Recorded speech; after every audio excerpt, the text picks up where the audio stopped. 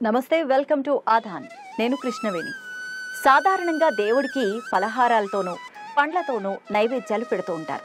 కానీ ఆ గ్రామంలో మాత్రం తేళ్లతో నైవేద్యం పెడతారు. తేళ్లతో నైవేద్యం ఏంటి అనుకుంటున్నారా? మీరు వింటున్నది నిజం.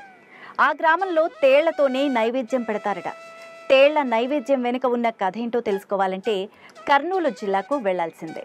కర్నూలు జిల్లా కోడుమూరు కొండపై వెలిసిన కొండలరాయుడు స్వామికి తేళ్లతో నైవేద్యం పెట్టడం ఆనవాయితీగా వస్తున్న ఆచారం. ప్రతి సంవత్సరం శ్రావణమాసం 3వ సోమవారం ఇక్కడ ప్రత్యేకత. స్వామివారికి తేళ్లను నైవేద్యంగా సమర్పిస్తే కోరిన కోరికలు నెరవేరుతాయంటూ భక్తుల నమ్మకం.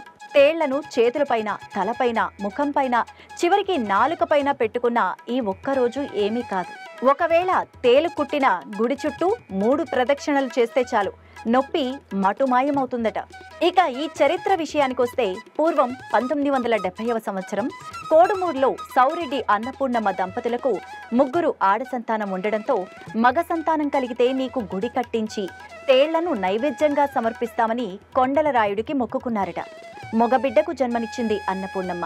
ఆ తర్వాత కొండలరాయుడికి కొండపైన గుడి కట్టించారు. ఆ బిడ్డకు మనోహర్ రెడ్డి అని నామకరణం చేశారు. అప్పటి నుండి కోడుమూరు నుండి కాకుండా జిల్లా నలుమూలల నుంచి భక్తులు భారీగా తరలివచ్చి తేళ్లను నైవేద్యంగా స్వామివారికి సమర్పించి మొక్కులు తీర్చుకుంటున్నారు. కోరిన కోరికలు తీరుతాయని భక్తుల ప్రగాఢ విశ్వాసం. ప్రతి సంవత్సరం శ్రావణ మాసంలో 3వ సోమవారం కొండలరాయుడికి పూజలు నిర్వహించే సమయంలో ముందు రోజు గాని అదే రోజు గాని వర్షాలు తప్పకుండా వస్తాయి. అందుకనే నెల రోజులు వర్షం లేకున్నా ఈ 2 రోజుల్లో వర్షాలు కురవడం విశేషంగా భావిస్తారు ఇక్కడ భక్తులు.